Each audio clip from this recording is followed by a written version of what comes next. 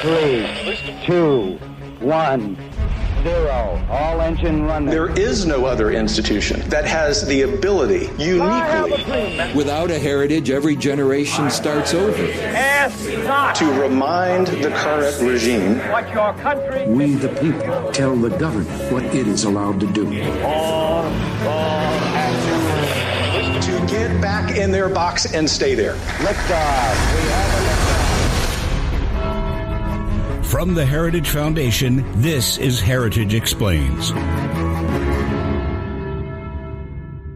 Welcome back to Heritage Explains. I'm Mark Guiney, coming to you from the Communications Department here at the Heritage Foundation. For those of you who've been following the podcast, you know that we are excited to be continuing our current season of the show. We just switched from a one-off format to a seasonal format, and this is the second of our 6-episode series on the Chinese Communist Party. Obviously, the Cold War in which we find ourselves with China is a global event, but it already has a strong impact on our lives right here in the United States. These effects are visible in a lot of ways, which we're going to talk about here today. Some will surprise you, but some will feel familiar, like one from late January of this year. Many of our listeners will recall the large balloon that was spotted over the Midwest and was tracked by the government as it crossed over the United States. Federal officials shot the balloon down when it passed over the Atlantic Ocean on February 4th. We now know that this was a Chinese spy balloon carrying sophisticated surveillance equipment and was actually capable of maneuvering itself. It flew in figure-8 patterns over numerous U.S. military sites, apparently gathering information. In order to demonstrate the reaction of the everyday American to this event, we decided to create a small reenactment. By which I mean, we taped a red party balloon to a stick, labeled it as a Chinese spy balloon, attached an audio recorder to a string beneath it, and sneakily poked it into the offices of our unsuspecting colleagues. We started with our friends in events. What is this? What are you doing? Oh, I see. I'm like, what is this? The Chinese spy balloon is here at Heritage. Is he recording? What are they recording? All our conversation. Folks at the Daily Signal got a little aggressive. How mad would you get if I just punctured this balloon right now? No, I worked on this for a long time. No. At the Mies Center, someone pulled out a Nerf gun. Heritage Action had to make it political. I can't shoot it down till it's past my desk. And senior fellow Mike Gonzalez didn't take us very seriously. Why are you wasting my time on this? I have work to do. It's for Heritage Explains. Oh, sorry. This is great.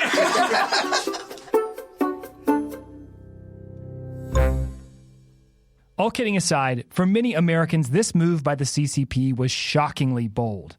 The Heritage Foundation's own Michael Cunningham related his take on this to the Daily Signal in an email. He said, "We've always known that the CCP spies on us, and I don't think anyone serious bought into Beijing's claim that it was a civilian weather balloon. But this serves as a very prominent example of just how brazen China is in its espionage efforts, how wide-ranging these efforts are, in that they use not only sophisticated satellites, but also much less sophisticated balloons, and how adamantly they lie about their actions and intentions. In addition, it would seem that our own government isn't all that serious as well. Throughout the balloon incident, the Biden administration seemed to respond slowly, ineffectively, and seemed to be much more worried about PR than national security. So what's going on here? What are the ways that the Chinese Communist Party is active right here in our country? Why is it allowed to continue? And what do we do about it? To answer these questions, I talked to a man who knows the subject well, to put it lightly. I'm Michael Pillsbury. I'm a newly appointed senior fellow for China strategy. Michael Pillsbury is one of the world's leading experts on the Chinese Communist Party. He's worked for multiple Senate committees, government agencies, and presidential administrations. He's also the author of a best-selling book, The 100-Year Marathon, China's Secret Strategy to Replace America as the Global Superpower. You're a little unique in that on your Wikipedia page, your name is also written in Chinese. First of all, I understand that you speak Chinese. And second, how do you say Michael Pillsbury in Chinese? Well, Pillsbury in Chinese has to be tailored to the person. Everybody who gets a name in China, it's either the sound of their name or the name can have some meaning. So in my case, I studied Chinese for more than 2 years without speaking any English during that time in Taiwan. And some Chinese there gave my name Bai Bang Rei, Pillsbury. It means bringing good luck to the state. So you can have sound or you can have meaning. In my case, I've been in the U.S. government off and on for 40 years. So I'm a kind of government official who worked on China. How did you decide that you wanted to study China? At the time, I was an undergraduate at Stanford. The government was saying that the war in Vietnam is to stop China. So China was already a center of attention. Later on, it changed in 71, 72 to being our friend and ally in the Cold War. And that is when all the programs began, where we would be helping China in every possible way. We built up the largest embassy in the world in Beijing. Many people learned Chinese in order to be able to help China. This included, by the way, the so-called gain of function research program that Dr. Fauci has been under pressure to reveal.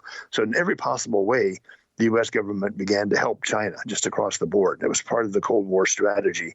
Even Ronald Reagan, and I reveal some declassified top secret documents he signed, even Ronald Reagan called it so-called communist China after he visited in 1984 and began selling weapons to China, including torpedoes for their submarines, a number of other weapon systems, upgrading their jet fighters. The whole government was focused on how can we help China become strong. In those days, it was against the Soviet Union. But of course, when the Soviet Union collapsed in 1990-91, the policy was not changed, and we continued to help China grow strong. Something that Dr. Roberts mentioned, something that we hear on the building a good bit, is that we got China wrong, that this was the wrong approach. What do you think has turned us around policy-wise on China? I don't think the turnaround has been very extensive. There are still a majority of people who work inside our government who do not think we got China wrong. They think we got China right, and they just have to try more to assist China, and things will get better. This group includes, by his speeches, former Secretary of State John Kerry, who's convinced that climate change depends entirely on U.S.-China cooperation. So it's wrong to say that we all think we got China wrong. Some people did. There's been somewhat of a reversal, but it's still a relatively small voice that the Heritage Foundation is joining now that say not only did we get China wrong, we are still helping them, and we've got to reassess everything we're doing. Your book is 100-Year Marathon, China's Secret Strategy to Replace America as the Global Superpower. You have a whole book to explain this idea. But if you had to, what is it about China's strategy that makes it a 100-year marathon? Well, they decided very early on that they'd made huge mistakes before. The Great Leap Forward in 1958, many millions of people were killed. They had the idea of we'll make steel in backyard blast furnaces. And we'll force all of our peasants to have cafeteria lunch together to save on food expenses. It was a disaster. It set them back years. They tried a couple other approaches that didn't work. They tried the Soviet model. It didn't work for them. So in the late 70s, early 80s, they got onto the idea that if we take it slow, if we budget or assume it will take 100 years, then these are the kinds of things we have to do to become the number one country in the world. And that decision to go for slowness included the idea that we will not alarm the Americans or any other power. They denied any ambition to replace America. They got Americans to write books, how China just intends to be one country among many. Don't worry about it. This was probably the most brilliant aspect of their long-term strategy, a focus on making sure as few Americans as possible ever wake up until China is the number one power in the world, and then it's too late. So in January, of course, the news cycle is taken over by this incident with a Chinese spy balloon. For people who aren't familiar, what happened and what were you thinking when you saw those events unfold? Well, the Chinese spy balloon episode is a very good example of how China and China's friends can explain away pretty much anything. Very quickly after the spy balloon was identified, the Chinese government came online around the world and said this was a weather balloon that's been blown off course. And they stuck to that line all the way through the next week. Then when it was shot down by U.S. Air Force fighter planes, the Chinese condemned that as an illegal act, and they stuck to their guns. And it's a number of Americans agree with this. Our Air Force admitted publicly, the Chief of Staff of the Air Force, that our radar defense was not properly tuned to detect the balloon as it came over. So you got an admission that even the Air Force air defense radar system is not properly tuned, is the word they use for it. It's kind of a euphemism, but not focused on catching this kind of spy balloon. That to me illustrates my main point, that we still don't see China as an adversary. Now, many people were shocked. They said, how can this happen? And the government began to release the fact that the balloon could maneuver. It wasn't just helplessly off course, but it can and did maneuver and then loiter over some of our most sensitive nuclear weapons facilities, our ICBM fields in Montana, our B-2 bomber base in Missouri.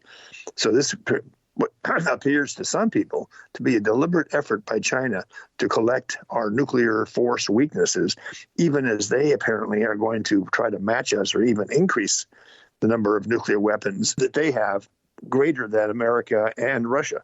So this is really earthquake for strategic thinkers that China is going for nuclear equality or nuclear inferiority, making us nuclear inferior.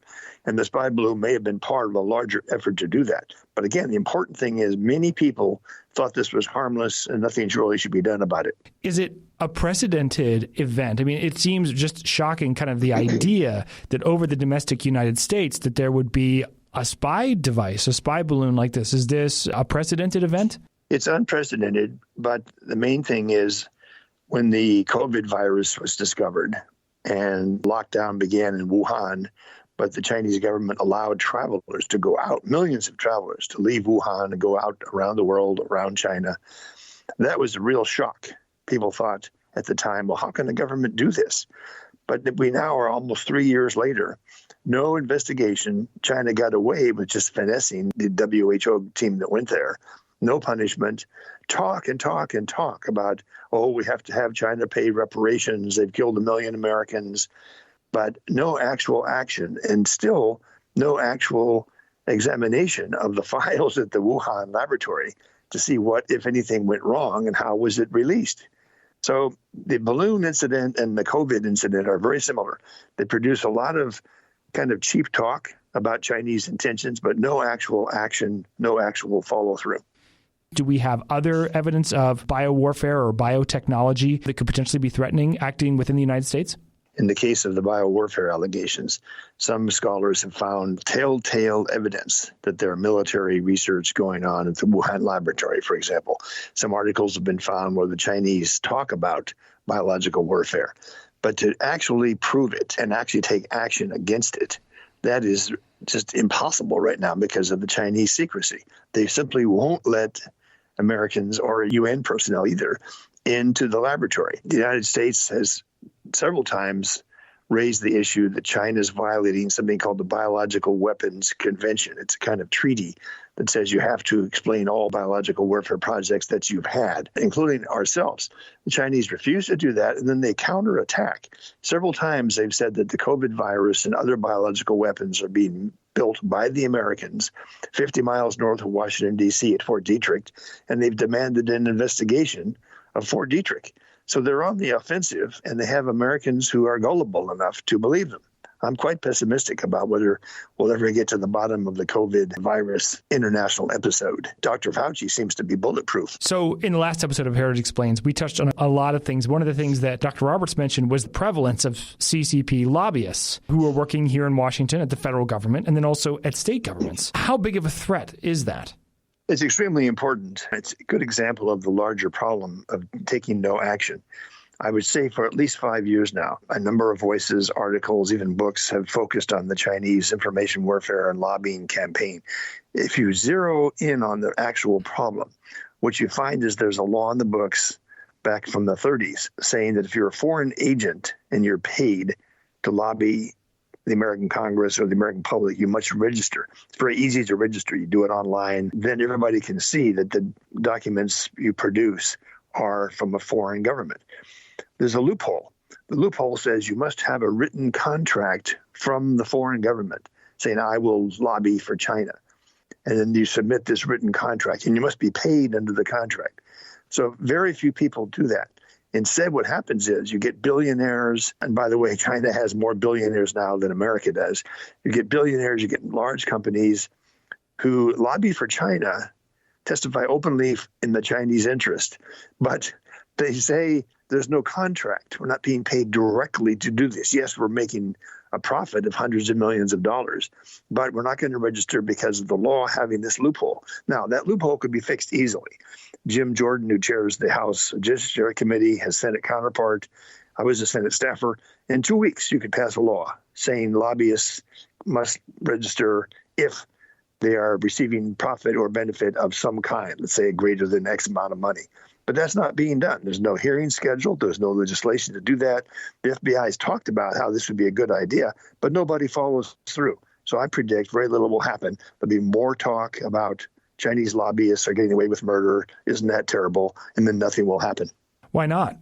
It's the reason the Heritage Foundation has produced this report of 100 recommendations. There's no master scorecard. There's nobody keeping track. If a senator or House member comes on television and says, this is a terrible thing, I've introduced legislation today. When I was a Senate staffer, that meant you had to get co-sponsors. You can get as many as half of the House, half of the Senate to be your co-sponsors. Then legislation passes quickly. Most of the legislation about China in the last 5 years, I did a survey of this, almost all of it has fewer than 5 co-sponsors, House or Senate. In other words, it never passes. But even worse is you get a lot of attention just for introducing a piece of legislation. It used to be called showboating, where you go on television, tell 1 million people, I just introduced a bill today to bring China to its knees, and I demand an investigation of what happened in the Wuhan laboratory. And the news host says, oh, that's wonderful. You're a great hero. And then there's never a follow-up story a month later. How many co-sponsors do you have? Did you have a hearing? Did it pass? Did the president sign it? That's all just ignored. So the member of the House or Senate these days is getting credit for this kind of showboating when there's no follow-through later on. That's what the Heritage Report will permit us to do, is to see what actually is happening along this long list of 100 recommendations of various types. Can you talk a little bit? We're the first to do this, but Heritage is the first organization to do this. And in other fields, you pick a field like abortion or income tax cuts or increasing the defense budget. Lots of organizations in Washington monitor how you vote on key legislation. Then they can say this person's a left-wing liberal, this person's a conservative. We don't do that for China. So the public, the TV news hosts don't know who really does anything effective on China. What does the lobbying by these folks look like? Are they directly approaching members of Congress? How do they wind up actually affecting governance? One of the most specific ways is they develop a counter argument for anything that's proposed to be done against China. This is often very clever. There'll be a proposal. I'll give you a good example. It just happened in the last few months. For several years, there's been outcry that the American Army was buying its drones from China. And the drones have a communication link you can turn on that reports everything the drone finds back to China. Same thing with our farmers. Large numbers of drones by American police departments were being purchased from China. So there was an effort to say this has got to stop. It got into the House and Senate, then into the Conference Committee on the National Defense Authorization Act, and somebody mysteriously removed it from the act without having to reveal their name. So it was seen as a problem, it was acted on, it was put in legislation. At the last minute, it was mysteriously removed. You tell me, how did the lobbyists do that? They have access to our political process legally. In many cases, it's former senators and former congressmen who got hired by Huawei or different Chinese companies. It's not illegal. Unless the law has changed, you can hire a former congressman or senator to go into the floor of the House or Senate, use his past privilege to do that, and talk down or block legislation.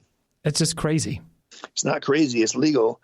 And the more people go on TV and say this is a terrible thing, but don't introduce a bill to stop it or to change the definition of lobbying, the worse it's going to get. So in terms of this focus that the CCP has had on American institutions, another one that we focused on a lot here at Heritage is American universities. Can you talk about that? Sure. I have a whole chapter on it in my book, The 100-Year Marathon. One of the steps they took was quite legal. They would go to American physics and chemistry and other technology departments of universities and offer a large amount of money if you provide China or a Chinese company with new discoveries in science quickly on a sort of right of first refusal. Many American universities agreed to this. Millions of dollars were involved. There was a second program where Chinese or Chinese Americans here would be paid a large amount of money to go back to China, let's say for a summer vacation, and work on Chinese science and technology transfers while they were doing this.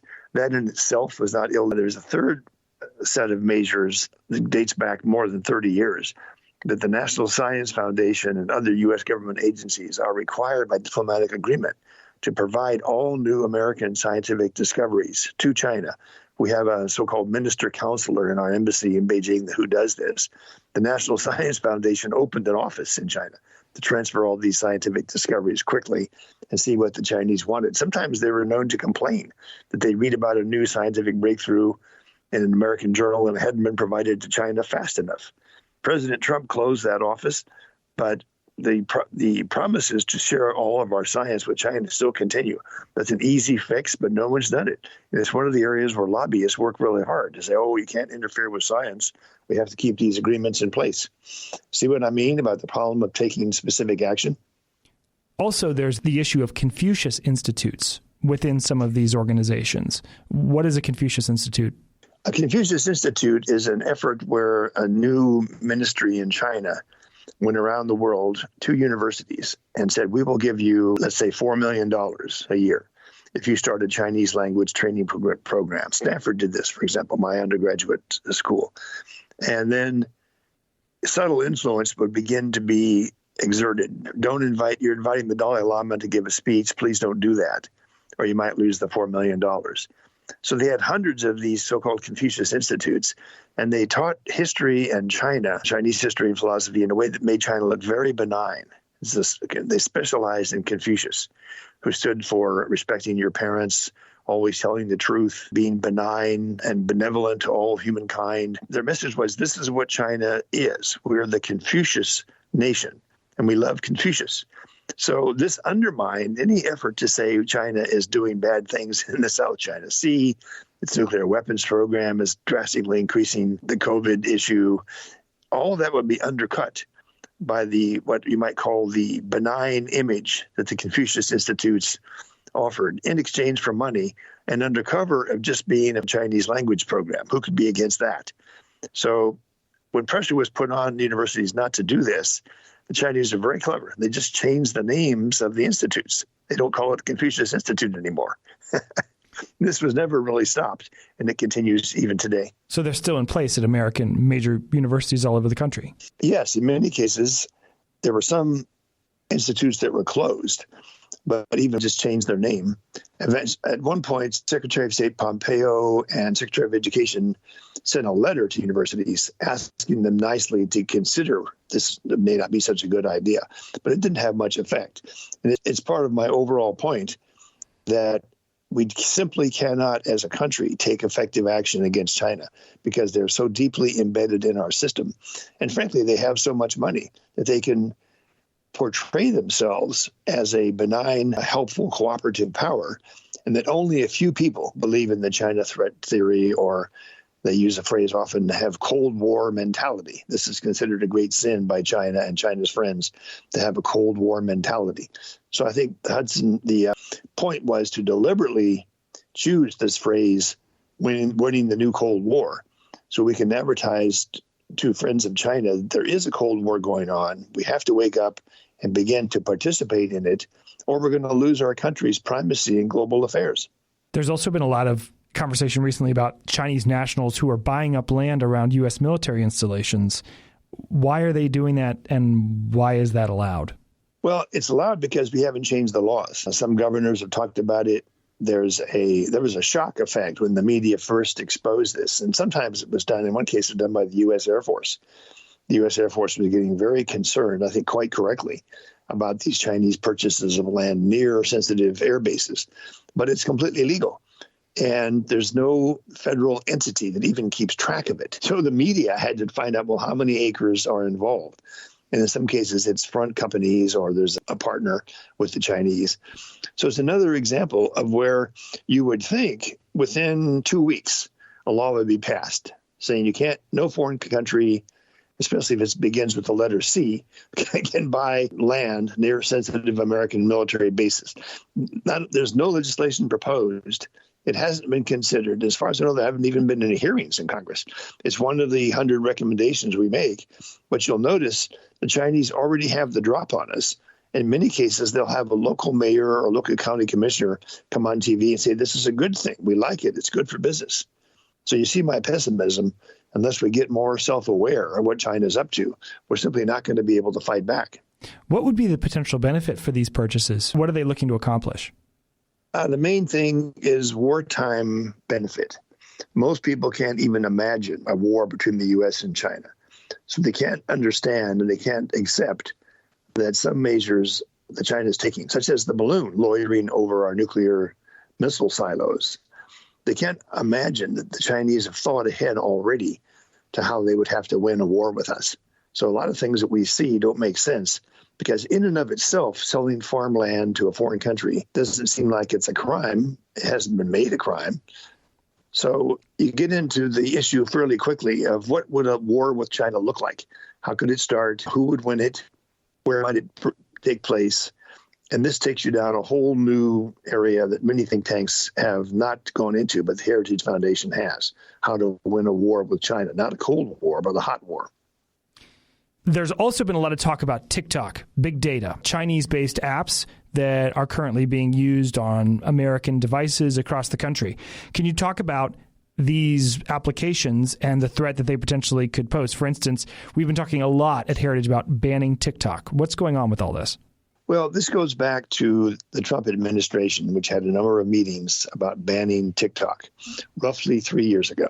It's very well described in a memoir by Peter Navarro, where he gives the various positions of President Trump's cabinet ministers.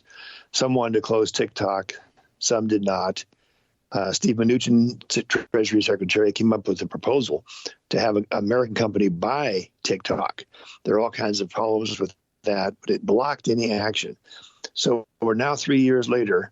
This illustrates my main thesis that obvious steps that should be taken were not taken, first of all, by the Trump administration being divided badly over China. Several memoirs, by the way, make this point, in addition to Peter Navarro's.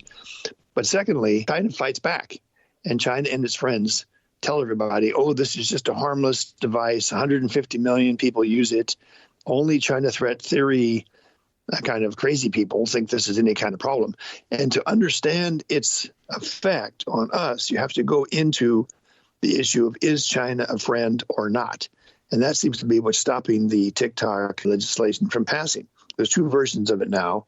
One is John Thune and Mark Warner giving Commerce Department the authority to do something if it wishes about these social media companies. It's a kind of a light or softer version than the actual ban TikTok. It's beginning to look like China, this will be another Chinese success. They're going to be able to block the complete banning of TikTok.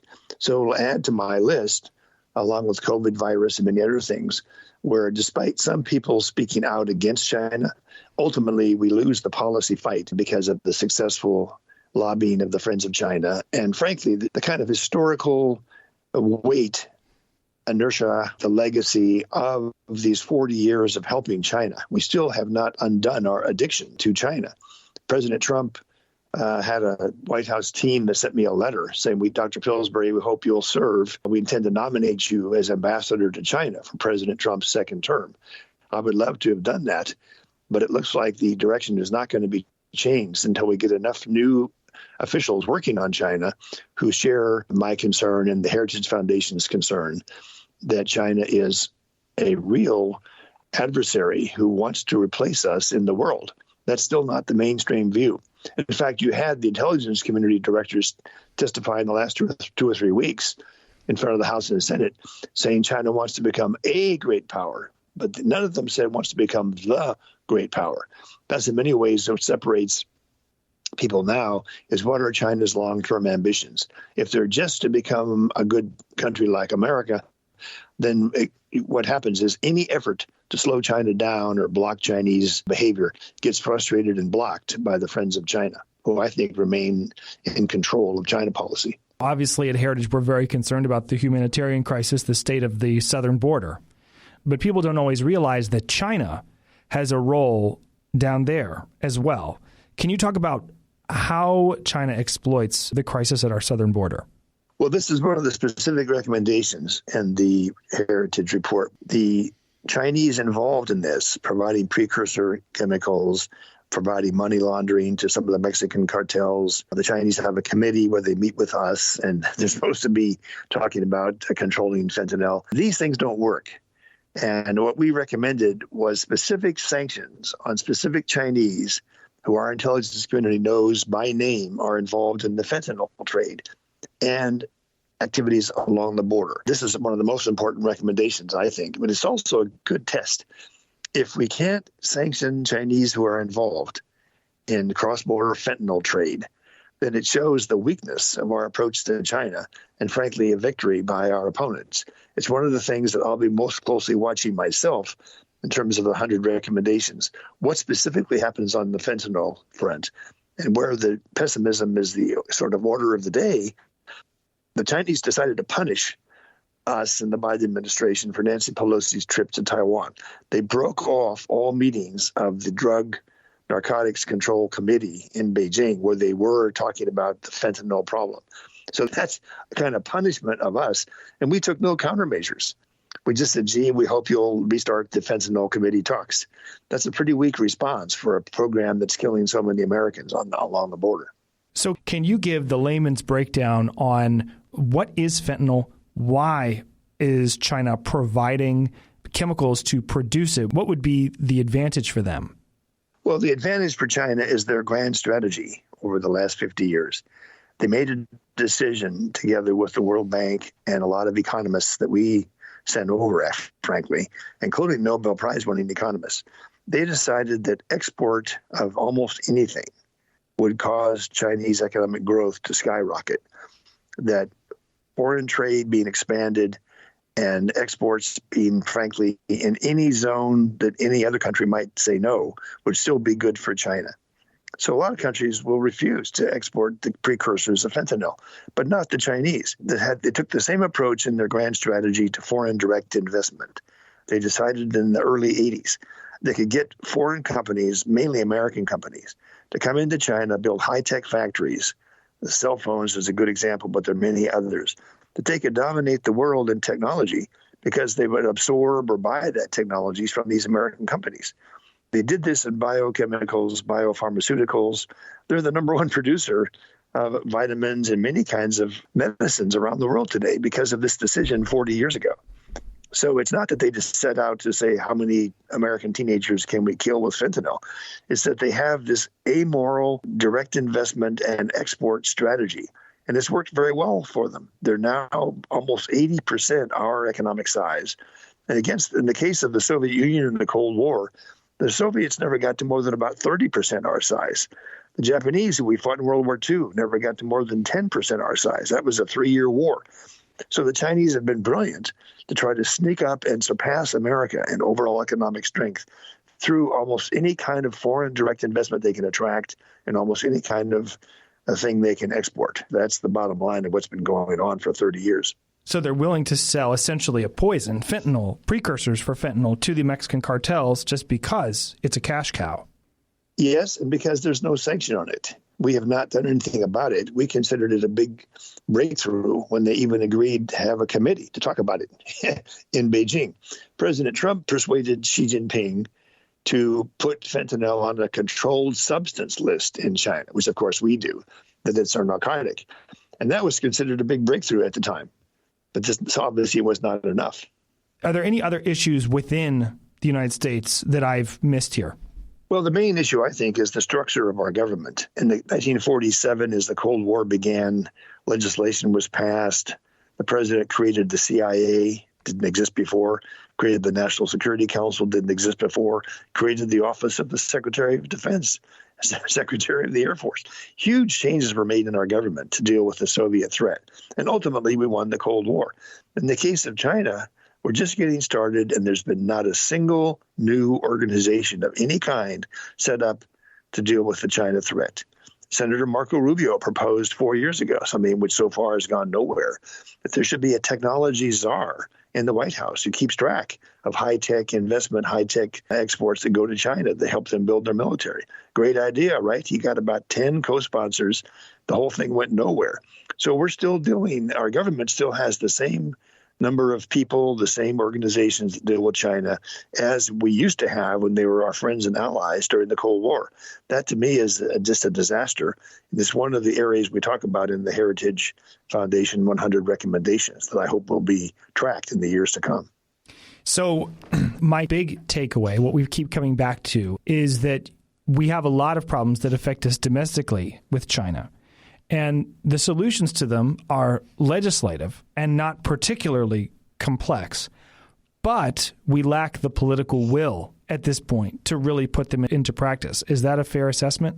That's fair, but I wouldn't use the word political will. I would use the word accountability of senators and House members who are getting away with proposing ideas that look good, and then they don't devote any further attention to actual implementation, finding co-sponsors, getting things passed. When I was a Senate staffer, we clearly knew who were what were called the showboaters, who would introduce legislation just for the effect on the media and their home state. I'm doing this, isn't that wonderful? And the other group of senators and congressmen who wanted to have a success. They wanted something to be done. One really good example was Radio Free Asia had to be created. We didn't have one. We wanted it to broadcast in Tibetan, Uyghur, Mandarin, Cantonese, to tell the story of what's going wrong in China. I was one of the staffers involved. We got Joe Biden, Claiborne Pell, Teddy Kennedy, all the liberals to sign as co-sponsors. But then we got Jesse Helms, Orrin Hatch, all the conservatives to sign. It passed. The administration opposed it, but we overrode. And now there's a Radio Free Asia. But that took several years of hard work, and you have to have bipartisan desire to win. So it's not just political will, I would say. It's no one's looking at what exactly has to be done and how much progress is being made and who's doing it. That's the purpose of the new Heritage Foundation Winning the Cold War report. It's kind of a blueprint for how we can keep track of progress, or what I fear the worst, no progress, and this continuing policy paralysis we have toward China. We've talked about how embedded the CCP is in our system. Are you optimistic or pessimistic about where the United States is going to wind up on this?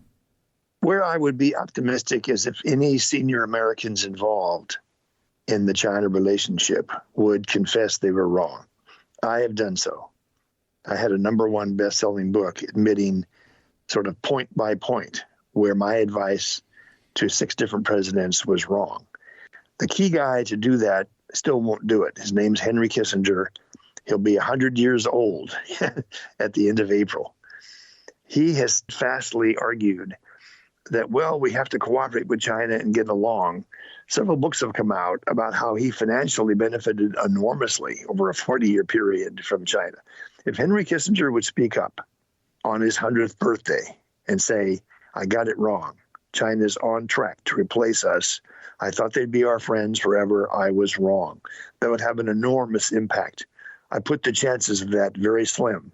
But if he and others would go back over what I argue in 100-Year Marathon, take it seriously, that these are American government documents where I show how this plan was pursued to make China the #1 power.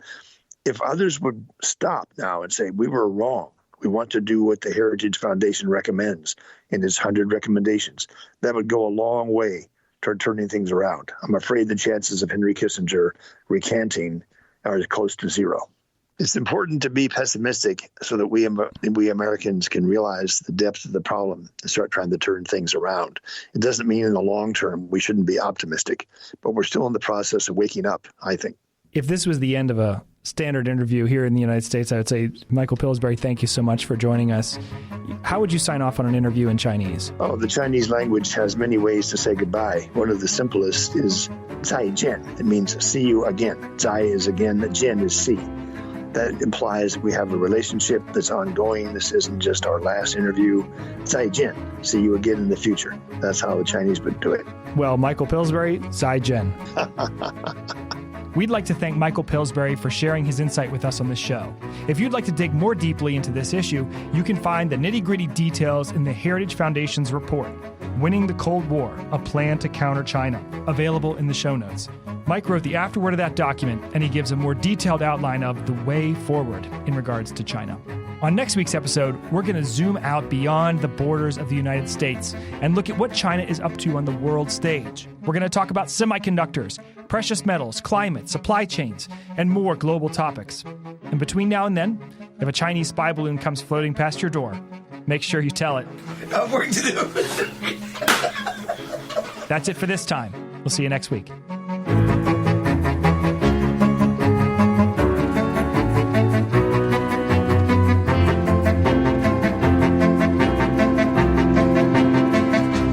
Heritage Explains is brought to you by more than 500,000 members of the Heritage Foundation. It's written and produced by Mark Guiney, Lauren Evans, and John Popp. Production assistance by Alexa Walker and Jeff Smith. Special thanks to Dr. Kevin Roberts.